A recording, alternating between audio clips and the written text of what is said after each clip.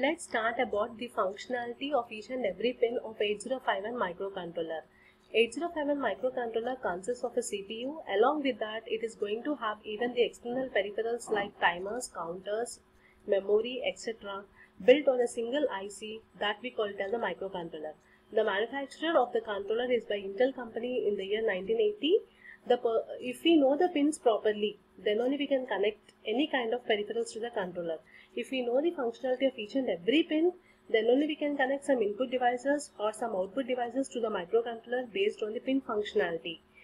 Total we have 40 pins here in the microcontroller. Among 40 pins, 32 pins are reserved for 4 parallel ports, that is port 0, port 1, port 2 and port 3, and the remaining 8 pins are VCC, ground, XTAL1 pin, XTAL2 pin, RST pin, reset pin, EA pin, external access pin, PSEN, program store enable pin. Now we will be discussing all the remaining 8 pins first. Let us come with the power supply pins, that is VSS and VCC and VSS. Now if you see this particular diagram, this is a pin functionality of 8051. We can see here total we have 40 pins. On the left we can see from 1 to 20. On the right we can see from 21 to 40.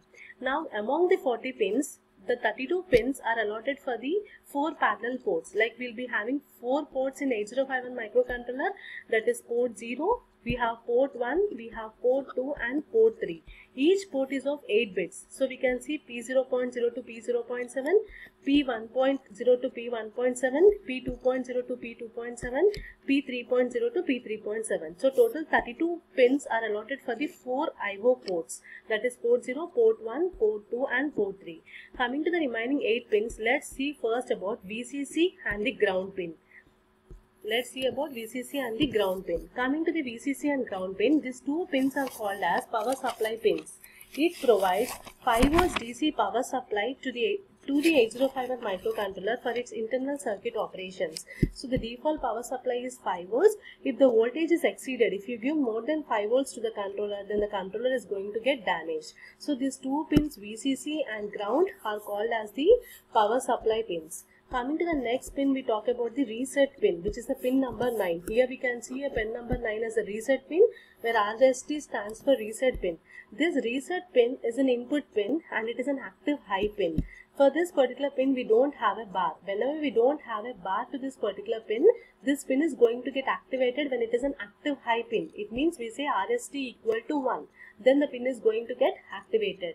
So this pin is used to reset the controller. Whenever high pulse is applied to this particular reset pin, then the microcontroller will reset and it is going to terminate all its current activities.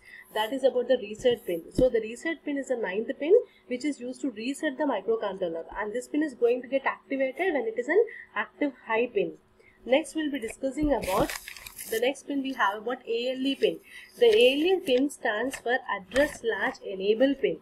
This address/enable pin is an output pin, and even this pin is going to get activated when it is an active high pin. Let's see in the diagram here. We can see ALE pin at the pin number 30. This pin is used for differentiating address and data from the multiplexer pins. Like we'll be having some pins where it is going to operate for the multiple functionalities. Like this pin, this ALE pin is used to differentiate that multiplexer pins. Now whenever this high pulse is applied to this particular ALE pin, it means that the controller, the 8051 microcontroller, is going to carry the address information. Whenever the low pulse is applied to this particular pin, then the controller is going to carry the data information. You can see the ALE pin here. It is an output pin, which is an active high pin. When microcontroller is connected to the external memory, port 0 provides both address and data. That address and data are multiplexed through port 0. It means that you can see here address and data. We have multiplex pin. This pin we call it as a multiplex pin. Why? Because it is capable of carrying two things. One is the address information as well as the data information. So in order to differentiate that, we have one pin called as an ALE pin. Like whenever high pulse is applied to this particular pin, then it is going to carry the address information. Whenever low pulse is applied to this ALE pin, it is going to carry the data information. That is about the address/enable pin. Coming to the next one, we have port pins. Now let us discuss about the port pins. total port pins, total we have 40 pins in the 8051. Among 40 pins, 32 pins, we already said that it has been allotted to 4 parallel ports. What are the 4 parallel ports we have? Port 0, port 1, port 2 and port 3. Now each port is of 8 bits. Now if you go with this diagram, port 0, it's starting from 39 and ends at 32. Sorry, it starts from 32 and ends at 39. So if you see port 0 pin, P0.0 to P0.7, means each port occupies 8 pins. Now if you go with the port 0 pin, port 0 pin is going to have an alternate function. Like it is already we have seen in the architecture part. Port 0 is going to act as an IO lines. It is going to carry the lower order data lines, and even it is going to carry the lower order address lines. So here port 0 pins, we call it as a multiplexer pins. All these port 0 pins, we call it as a multiplexer pins. Why we are calling it as a multiplexer pins? Because all the port 0 pins are carrying both the information, address information as well as the data information. That is the reason we say port 0 pins are multiplexer pins, which is from P0.0 to P0.7. All ports are bidirectional ports. Suppose if we are connecting any input device to the microcontroller means, then we have to configure this port pin as input pin. If you are connecting any output devices to the microcontroller pin, suppose if you are connecting output devices to the port pin means, you have to configure this port pin as an output pin. So we say that these ports are acting as a bidirectional ports. And coming to the next one, we have about a port 1 pin. Port 1 pin can use only as an IO pin. So there is no alternate function for port 1. We say that port 1 is starting from P1.0 and ends at P1.7. It is going to access only the input pins as well as the output pins. Coming to the port 2. Port 2 pins are even again called as a multiplexer pins. Why again it is called as a port pin is not multiplexer pin, sorry. It is going to carry the address information. Along with that, it is going to access even your IO pins. This port 2 pin starts from P2.0 to P2.7. It is going to carry only the higher order address information. Coming to the next port, we have port 3. Port 3 can be used as an IO pins, and even it supports some alternate functions like RxD, TXD, INT0, INT1, T0, T1, write, read, etc. Coming to RxD and TXD, these two pins we will be talking in 8051 serial communications. We already know that 8051 is a full duplex serial port. That means 8051 can transmit and receive the data serially. Coming to the next pins, we have about INT0 and INT pins. These two pins again we discussed in 8051 interrupts. Like whenever you are connecting the external devices to the microcontroller, that external devices want to, coming to this diagram, whenever you are connecting an external devices to the I am talking about this INT0 and INT1 bar pin. Whenever you are connecting an external devices to the microcontroller, that devices are sending some interrupt request to the controller. So that devices can send the interrupt request signal to the controller through these two pins only, INT0 bar pin and INT1 bar pin. These two pins are called as external hardware interrupt pins. This will be studying in the topic of 8051 interrupts. Coming to T0 and T1, these two pins are related to 8051 timers and counters. Like timers, whenever the timers want to receive the input, it is going to receive the input from the internal crystal oscillator.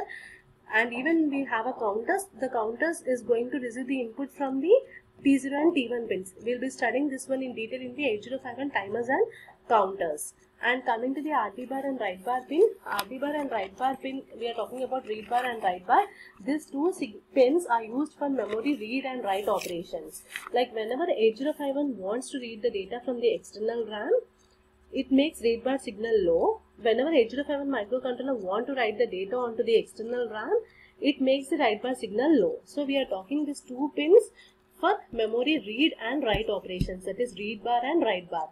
Later on we will be discussing about 8051 serial communications in detail. Next 8051 timers in detail, 8051 interrupts in detail. And coming to the next one, we have about XTAL1 and XTAL2 pins. We have XTAL1 and XTAL1 and XTAL2 pins. These two pins are called as oscillator pins. We know that 8051 has an on-chip clock oscillator where it is going to generate the clock pulses. So as soon as the circuit is powered on, the crystal oscillator starts working. Like whenever you connect the CRO to this ALE pin of your 8051 microcontroller, you can see a signal here. It will show a waveform indicating that the crystal oscillator has started working. and ALE signal will be out. And if you see in this diagram, there are two capacitors connected to the ground. XTL2 is connected to C2, which is connected to ground, and C1 is also which is connected to ground. And these two pins, if you see, a 30 PF is connected to both the circuits, that is XTL1 to ground and XTL2 to ground. These are noise reduction capacitors which are helpful to stabilize the crystal. So this is what we are talking about, the oscillator pins.